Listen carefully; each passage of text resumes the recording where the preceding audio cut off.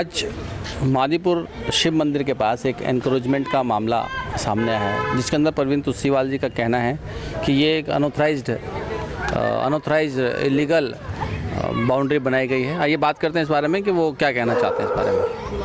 परवीन जी, इसका मामला ये 1962 से इन लोगों ने यहाँ कब्जा किया हुआ है। पहले इनके बाप दादा कब्जा करते थे, अब ललित यादव ने कब्जा करा है। 2 से 3 बार इस जगह पे डेमोलेशन भी हुई है, सब कुछ हुआ है। 2011 में ये लोग कोर्ट से केस भी हार के आए हैं, जिसकी मेरे पास पूरी जजमेंट है। कोई इसको झुटला नहीं सकता, कोई कितना ही बोल ले, ये कागज़ बोलते हैं। 2011 में 23/5/2011 को ये लोग माननीय सर्वोच्च न्यायालय से केस हारे हैं। सुप्रीम कोर्ट की ये जजमेंट है। फिर उसके बाद इन लोगों ने यहाँ से इस पे सुप्रीम कोर्ट ने दखल करी, उसके बाद यहाँ से एनक्रोचमेंट हटी। फिर ललित यादव ने डिस्ट्रिक्ट कोर्ट में 72 लाख रुपए के मुआवजे के लिए, अपने मुआवजे के लिए इन्होंने डीडीए के ऊपर एक कंपनसेशन डाला, जो डीडीए ने सिरे से खारिज कर दिया। देख लीजिए भाई साहब, आप भी देख लीजिए। 2017 में डिस्ट्रिक्ट कोर्ट से 72 लाख रुपए का इन्होंने मुआवजा मांगा, जो मुआवजा सिरे से खारिज।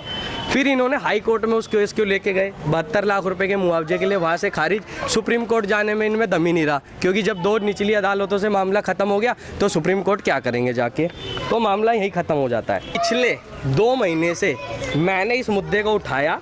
9/10/2020 को पहला मैंने जो चिट्ठी लिखी BSES के अधिकारी को लिखी कि भाई इस जगह पे मीटर कैसे लग गया, लोगों के घर में मीटर नहीं लग रहा, यहाँ मीटर कैसे लग गया भाई। उसके बाद BSES ने एक ललित यादव को नोटिस भेजा, जो कि ये नोटिस की कॉपी ये रही मेरे पास है, मैं आपको दिखाता हूँ मुकेश जी। ये रही नोटिस की कॉपी, जिसका ललित यादव ने कोई जवाब नहीं दिया। 2 बार ये नोटिस यहाँ भी चिपका, उसका कोई जवाब नहीं आया। उसके बाद 11 तारीख को फिर ये नोटिस लगा, इन्होंने यहाँ से फाड़ के फेंक दिया। वो नीचे कॉपी टू परवीन तुलसीवाल है, इनका कोई जवाब नहीं आया। ये नोटिस भी ख़त्म कर दिया। ये इनका बिजली का मीटर है, अगर ये झूठ बोलते हैं जगह नहीं है तो ये सारा इनका ब्यौरा है। उसके बाद मैंने डीडीए के डिप्टी डायरेक्टर गंगा साई जी से खुद जाके पर्सनल इसके बारे में मीटिंग करी। उन्होंने SHO को लिखित में चिट्ठी दी, कॉपी टू परवीन तुलसीवाल करके, कि उसके एनक्रोचमेंट को रोका जाए और उस मीटर को हटाया जाए। डीडीए के डिप्टी डायरेक्टर ने डिवीज़न हेड धीरज कोल, जिसने कि पैसे खा के मीटर लगाया है, उसको साफ साफ बोला गया है कि the weep above the requested the please take necessary action against bad elements and land mafia, remove the electricity meter from this side. मतलब मीटर को हटा दिया जाए, लेकिन इन्होंने सत्ता का उपयोग करके, धन का उपयोग करके इस मीटर को नहीं उतरने दिया। और मैं भी इनका पीछा नहीं छोड़ूंगा, चाहे मेरी जान चली जाए, इस जगह को खाली करा के छोड़ूंगा, कुछ भी हो जाए। चाहे माननीय दीपक पुरोहित जी को कल मैंने एक चिट्ठी लिखी है,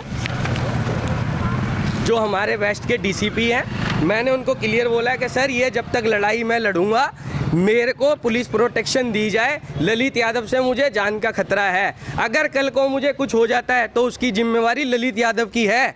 ये लोग चोला पहन के आए थे, अरविंद केजरीवाल जी का ईमानदारी का कहाँ घुस गई इनकी ईमानदारी आज।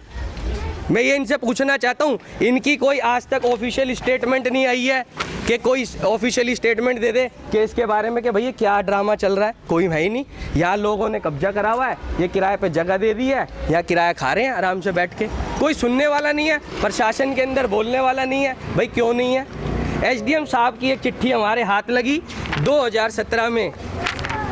SDM साहब ने देखो कितनी बड़ी बेवकूफ़ी करी है। IAS ऑफिसर डिप्टी डायरेक्टर को कहता है कि आप इसके ऊपर है ना बाउंड्री वॉल नहीं कर सकते। भाई क्यों नहीं कर सकते? क्यों नहीं कर सकते बाउंड्री वॉल आप इसके ऊपर? डिप्टी डायरेक्टर को ये SDM साहब ने ये चिट्ठी दी है। SDM साहब जी, अभी आपको भी लपेटूंगा, चिंता ना करो। आप कहीं दिल्ली के, हिंदुस्तान के किसी कोने में हो, इनकी ट्रांसफ़र हो गई। अभी SDM पंजाब विभाग नहीं है, अब हैं अपने निशांत बौद्ध जी। मैं उनसे भी मिला था, तो उन्होंने मुझे यही कहा कि जी हमारा इस मैटर में कोई लेना देना नहीं है।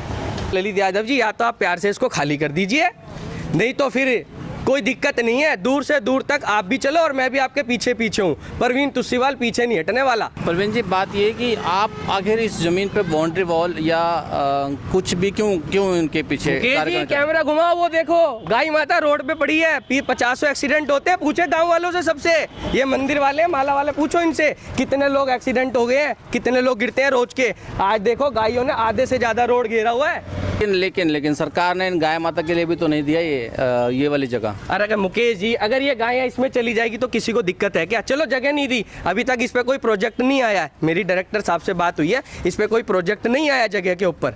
लेकिन फिर भी अगर ये गायें इसमें चली जाएगी तो किसका नुकसान है या किसका भला है, बताइए। मैं तो यही चाहता हूँ, मेरा कोई निजी स्वार्थ नहीं है, मेरे को कोई राजनीति नहीं करनी, मुझे कोई लालच नहीं है, मैं तो पब्लिक के लिए लड़ रहा हूँ जी। और अब ये मेरी लड़ाई नहीं है, अब तो ये जनता की और आम आदमी पार्टी की लड़ाई है।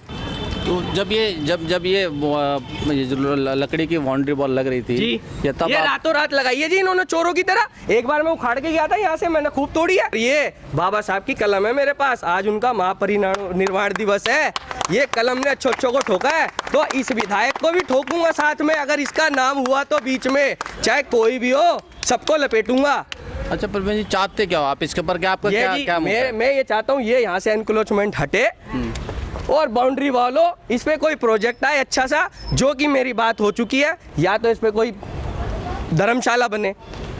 क्योंकि देखो आज की डेट में जी पब्लिक के जो फार्म हाउस है बड़े महंगे हैं, बहुत महंगे हैं, फार्म हाउस बड़े महंगे हैं, बैंक्वेट हॉल बड़े महंगे हैं। गरीब अगर कोई लड़की की शादी के लिए यहाँ कुछ बने तो कितनी अच्छी जगह है, कोई लाइब्रेरी बन जाए, मंदिर के लिए पार्किंग बन जाए। Thank you Parveen ji. एक बात तो साफ है कि परवीन जी का गुस्सा इस बात पर है कि एंक्रोचमेंट है, लेकिन वो सोच रहे हैं समाज के लिए, जनता के लिए। वो चाहते हैं कि या तो इसको खाली किया जाए, जबकि कई चिट्ठियां उन्होंने दिखाई परवीन जी ने, जैसे कि हमारे कैमरामैन ने दिखाया। इन चिट्ठियों का जवाब दें और कानून के तरीके से जिस तरह से जैसे भी ये मामला सुलझता है उसको सुलझाने का प्रयास करें। हम अपने चैनल के माध्यम से जनता से सिर्फ यही कहना चाहते हैं कि जो भी ठीक सही है वो होना चाहिए। Mukesh Kumar, AT news.